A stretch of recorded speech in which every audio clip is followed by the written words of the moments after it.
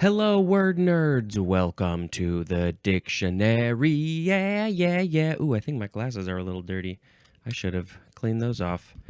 Oh, well, let's put the glasses back on so you can actually read the text, even though it's probably not that helpful. Okay, the first word in this episode is essentialism.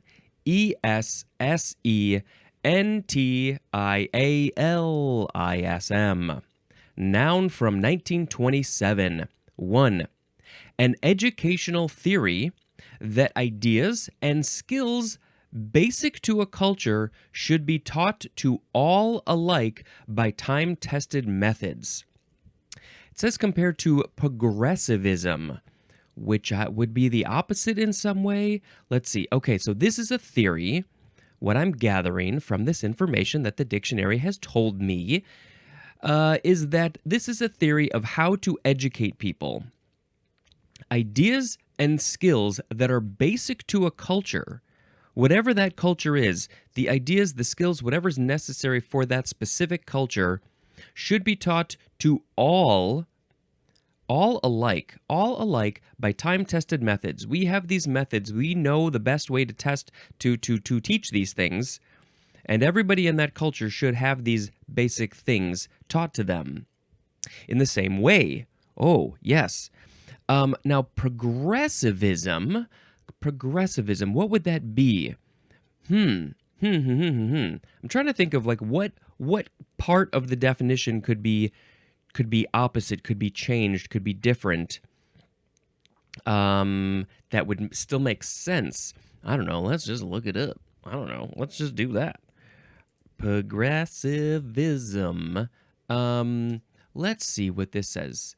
Well, that's getting into. We got to look up education. That's the specific aspect because there's various things about progressivism that aren't always related to education. It's a pedagogical movement that began in the late 19th century and has persisted in various forms. Let's see. We need some specifics. Come on. Let's get to the real meat of the thing. Let's see, where is it? Okay, but it was engaged to distinguish the education from the traditional curriculum of the 19th century, which was rooted in classical preparation for the early industrial industry, university, and strongly differentiated by social class. By contrast, progressive education finds its roots in modern post-industrial experience. Most progressive education, I don't know. This is too much for me to read. There's lots of stuff in here, lots of information here. Well, let's put a link for progressivism. And then I guess maybe also essentialism. We are supposed to teach the essentials. What are the essentials? Yes, let's teach the essentials. What are those? Well, in some places, I think it would be great if they taught better nutrition, information about eating right and exercising properly. Gym classes, we get an okay education. What else? Just normal like life skills. You can't necessarily rely on parents to teach great life skills because they might not have the best information when it comes to life skills. What else? There was something else that was in my mind, like how to deal with money. That would be a good one. I don't know. There's a lot of sort of essentials that I don't think we get in school. Okay, what's number 2 for essentialism? A philosophical theory ascribing ultimate reality to essence embodied in a thing perceptible to the senses. And it says compared to nominalism. I'm not sure if I understand this. It's a theory that's, you're learning this when you're doing the philosophy, ascribing ultimate reality to essence embodied in a thing perceptible to the senses. Yeah, this is a very heady thing. I don't know, I guess, do we have to put a link in the show notes for essentialism, this philosophical theory as well? Okay, let's do that. Let's just look for all the links. Number 3, the practice of regarding something as a presumed human trait, as having innate existence or universal validity rather than as being a social, ideological, or intellectual construct. Oh, yes, it's another very heady concept. you are thinking, okay, so there's a human trait, a presumed human trait. I don't know, what is that? What is that? A sense of humor? Let's use that as an example. The practice of regarding a sense of humor, again, that's just an example, and it has innate existence or universal validity. It's in you, it's part of your essence, right? It's just in you innately already from the time you were born, rather than being a social, ideological, or intellectual construct, rather than it being constructed based on what you are taught from the people around you, your society, your culture, what you have learned. I don't know. I think my thought, if I'm understanding this correctly, is that it kind of depends on what this human trait is. Some of them might be innate in you, but I feel like a lot of this stuff is learned from your surroundings, your environment. I don't know. It's an interesting thing to think about, obviously. Essentialist is an adjective or a noun. Lots of stuff going on with this word essentialism. Lots of different ways that it can be used in just life. Just life.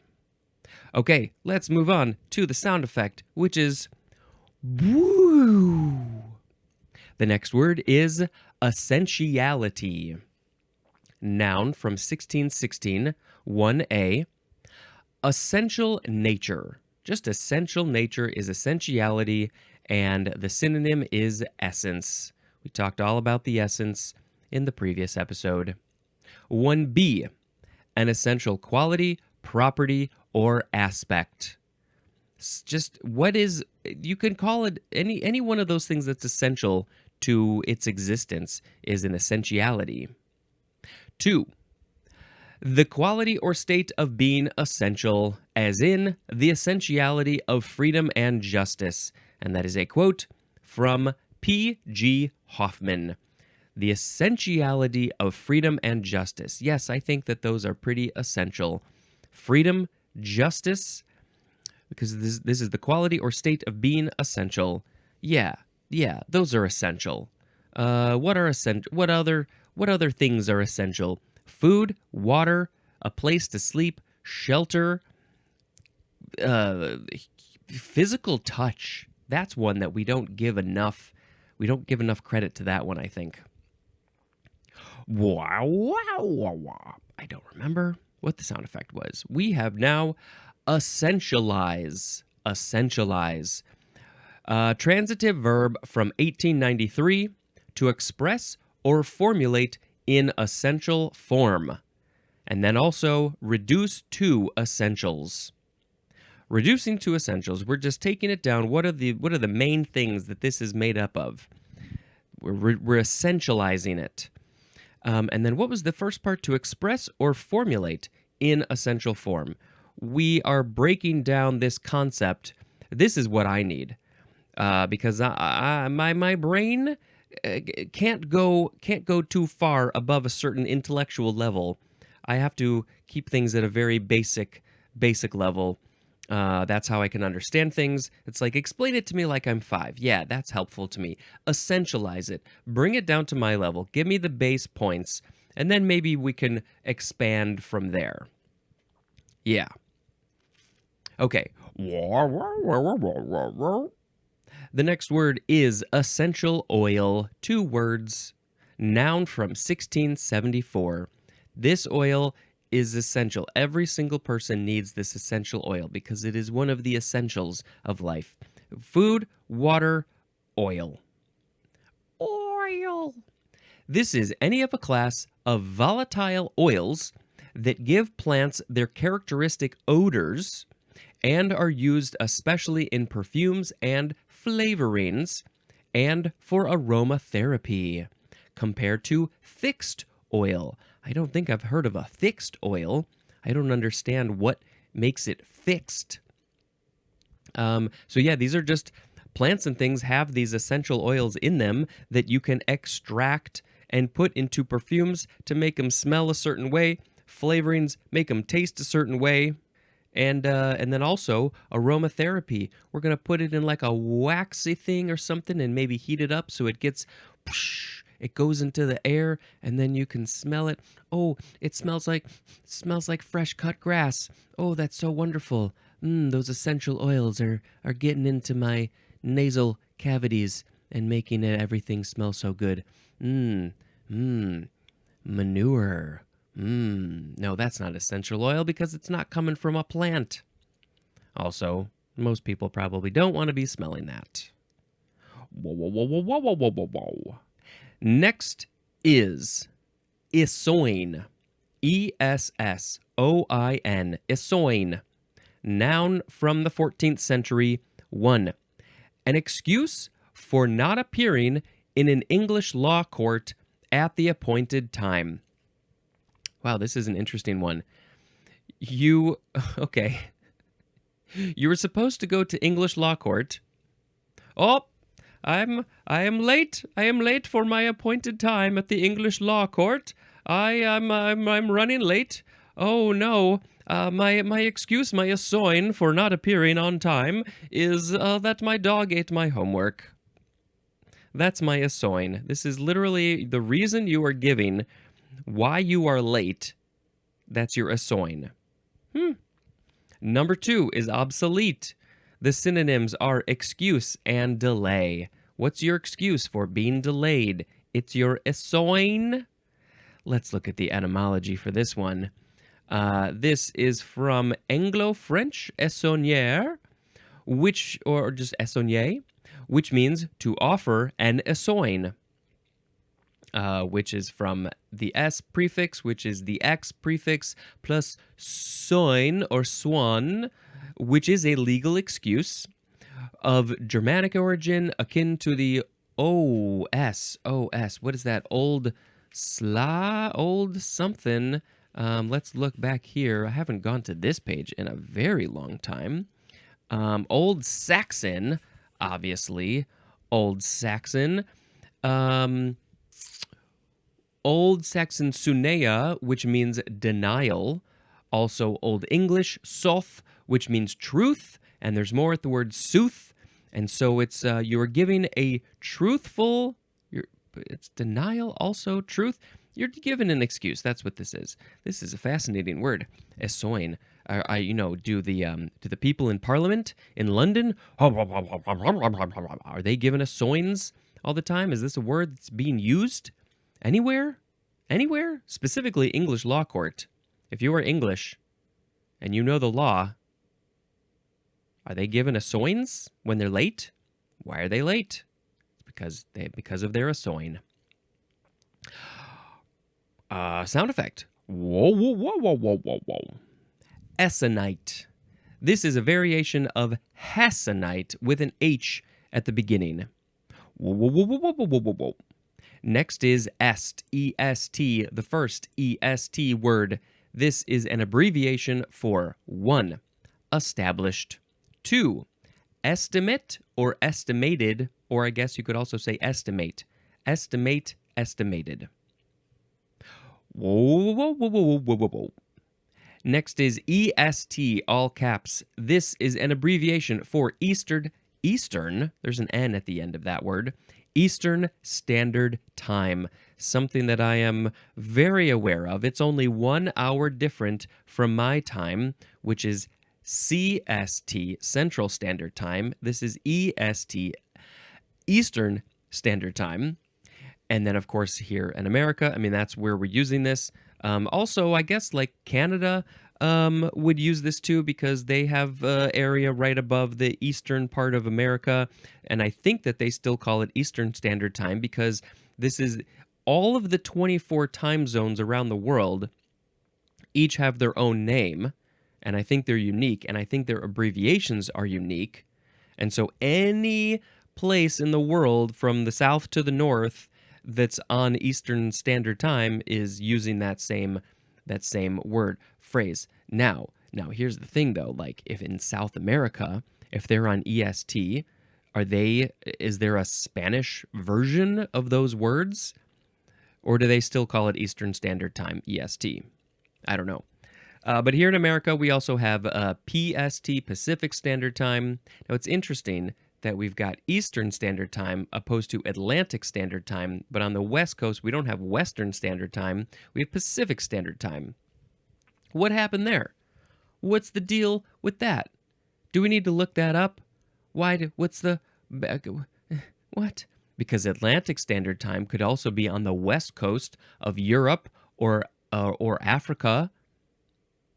Maybe there's also a Western Standard Time that some other place on their West Coast used. I don't know these things. I don't know any of the other standard times. Not really. We also have Mountain Standard Time, MST. This one doesn't get used as much. I mean, there's a whole like quarter of the country that's using this, but we just don't talk about it as much. So it goes Eastern Standard Time. So right now, by the way, it's February 20th, 7:22 a.m. Central Standard Time. So on the Eastern, in EST, it's 8:22. Central Standard Time is 7:22. Mountain Standard Time is 6:22. And Pacific Standard Time is 5:22. Forgot my numbers for a second. But there are certain parts that don't necessarily do like daylight savings time, which I think is coming up. And so, well, coming up for me, not for you. It's probably past for you. And so, there's certain areas that might have a slightly different time. But in general, we got time zones. That's the story. Whoa, whoa, whoa, whoa, whoa, whoa, whoa, whoa. Okay, now we have est as a suffix, est. The first form is an adjective suffix or an adverb suffix, and this is used to form the superlative degree of adjectives and adverbs of one syllable, as in fattest and latest. Also, of some adjectives and adverbs of two syllables, as in luckiest and oftenest. Or some people might say oftenest. They like to pronounce the T. And there's more, less often of longer ones. So anything more than two syllables, sometimes you'll use the est prefix. I thought that you usually use it, but maybe not. But we have an interesting example here. Beggarliest. So somebody who is begging, beggarly, is the person who is begging the most is the beggarliest. Okay, interesting. Let's see. In the superlative degree, that's the most, the mostest of the degrees. Okay, so what's going to be the second form? Let's get into that one. The second form is est or just st, probably depending on the spelling. This is a verb suffix. Okay, so the previous one was about adjectives and adverbs. So what would be an adjective that's more than two syllables? I can't think of words off the top of my head. I'm trying to look around and see if there's anything. Well, yeah, a lot of them I think are two, one or two. Okay, so let's talk about the verb suffix. This is used to form the archaic second person singular of English verbs. With the word thou. English verbs with the word thou. So, thou, that's you. That's the old way to say you, one of the ways. As in the examples, didst thou go to the store and buy some candy? Didst, did you do this? This other example is canst, canst. So is this, you're asking somebody, asking you, canst you do this thing for me, please? Will you do it? Didst you do it? I asked you before. I said, can you do this? And that was before, and now is now. Didst you do it? Okay. I'm still a little bit hung up on this this more than two syllables adjective adverb thing. Why do they not all get the est to make it the most thing? I don't know. Maybe there's just not a lot of them. I feel like there must be. Must be more. Okay, that's the est suffix. I don't use it really in the verb suffix form, this whole archaic second-person singular thing, but I'm constantly using it with my adjectives because I like to talk about, this is the applest apple that has ever appled. Whoa, whoa, whoa, whoa, whoa, whoa, whoa, whoa. Establish is next. Verb from the 14th century, there's a lot of definitions. It looks like it's only transitive. Number 1, to institute as a law, permanently by enactment or agreement. Everybody agrees that this law should be instituted, and so we have established it. Number 2 is obsolete. The synonym is the number 7 definition for the word settle. Like settle down, chill, or maybe get married and settle down and have 2.5 babies and a dog and a picket fence. Establish yourself in that 1/4 of an acre plot of land. Go mow your lawn on your establishment. Oh, establishment is going to be in the next episode. Number 3A, to make firm or stable.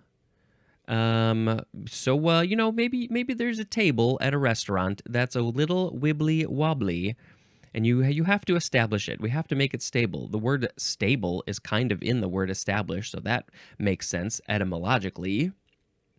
Make it firm. Get some napkins. Just fold up the napkins and just put them under the leg, and then you have established the table. Number 3B. To introduce and cause to grow and multiply, as in, establish grass on pasture lands.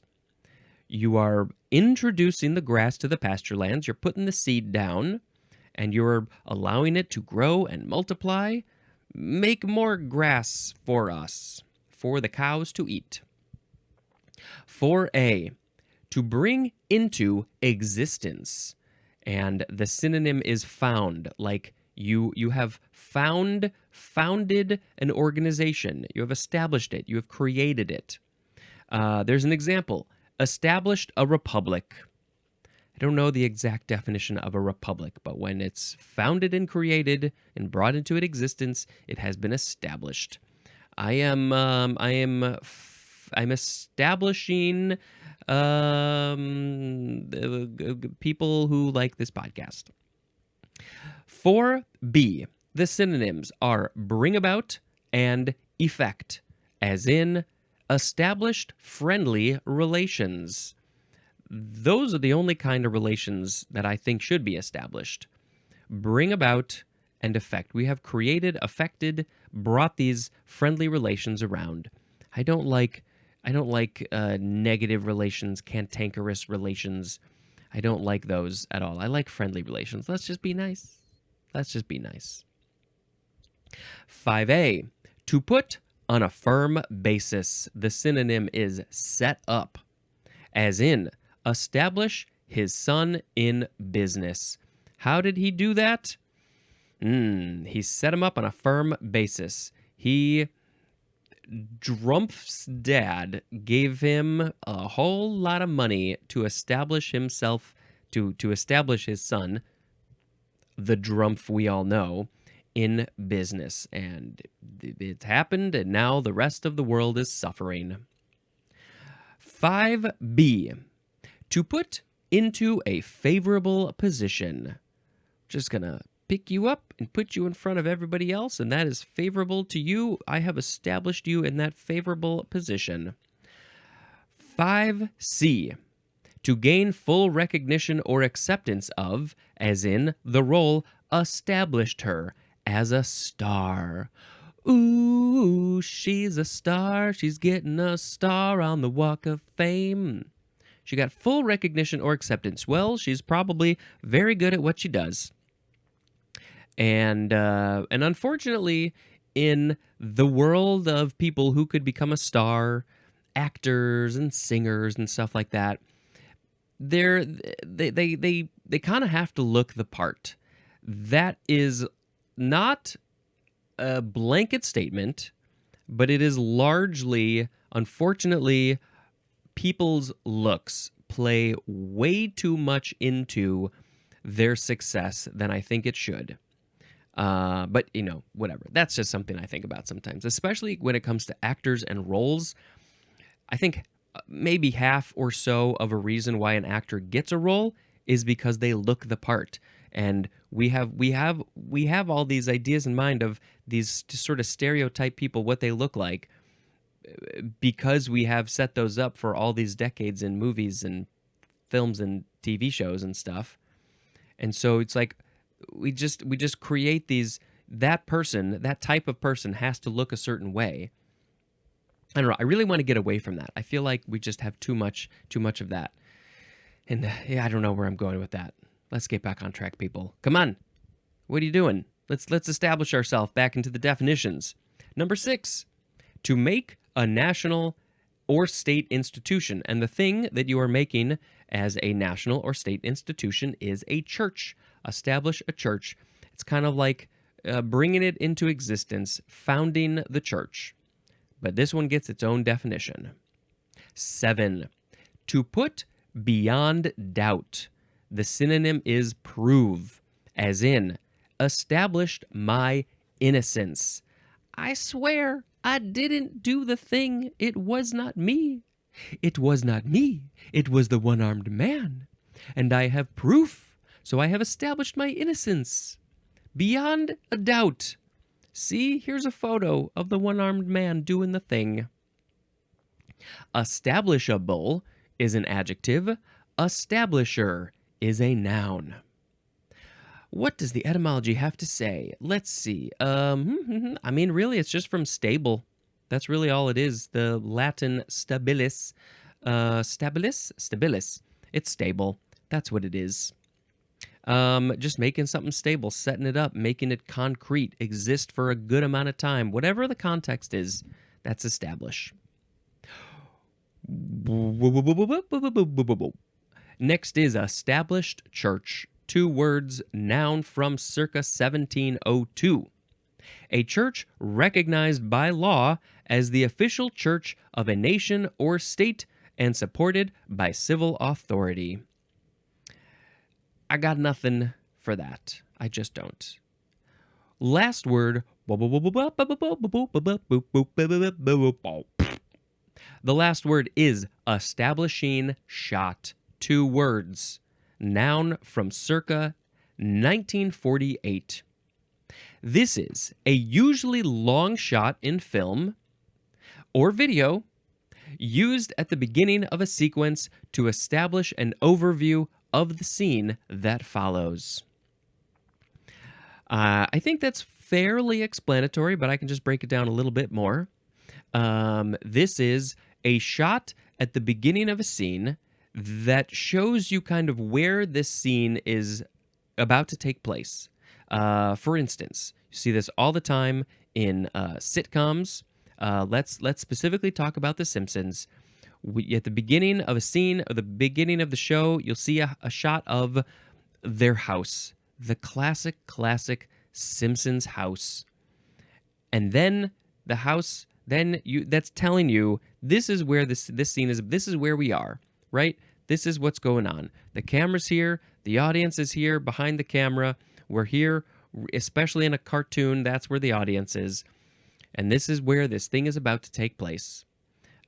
So many classic establishing shots. There's the New York buildings in Friends. Seinfeld has the restaurant that they go have their food in.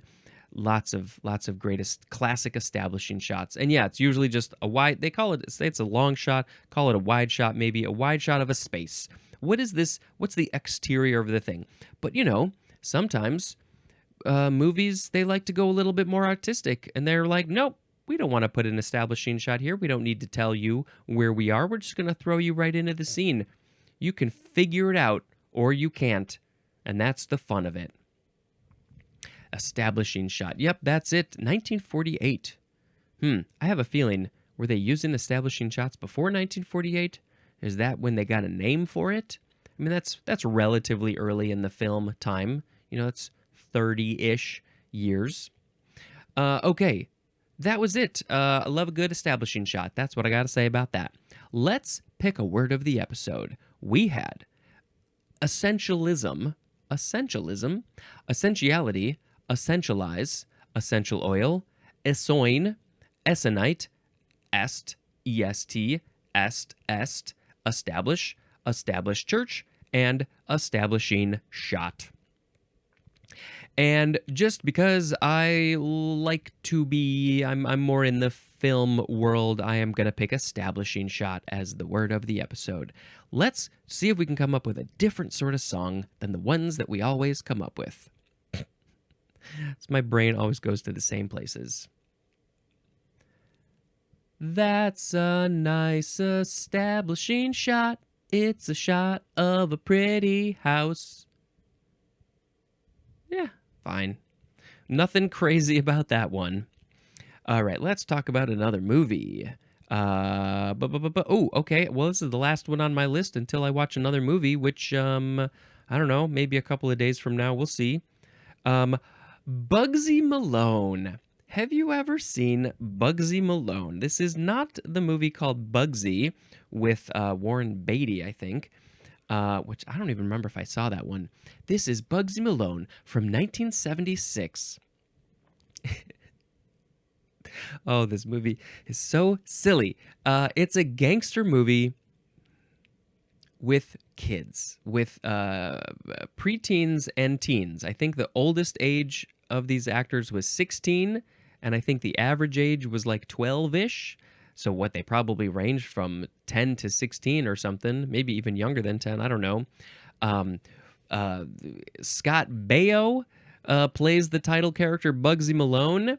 Why can I not think of her name? With the J. This movie is so... Oh, Jodie Foster, of course. She doesn't even play the lead female, but she's Jodie friggin' Foster, so of course she's up there. And yeah, it's just this, and it's a musical. It's a children gangster musical. The kids don't sing. It's all dubbed from all the songs are written by Paul Williams, the fantastic, I think that's his name, Paul Williams, he wrote The Rainbow Connection, and we recently watched the Otter Christmas, and I mean, he's done like so many things. I couldn't even tell you all the things. Yeah, Paul Williams. The thing that I hadn't seen this movie probably since I was a kid in the 80s sometime. This was with my sister and I, especially my sister, this was like a classic, like, oh, we watched this a bunch of times.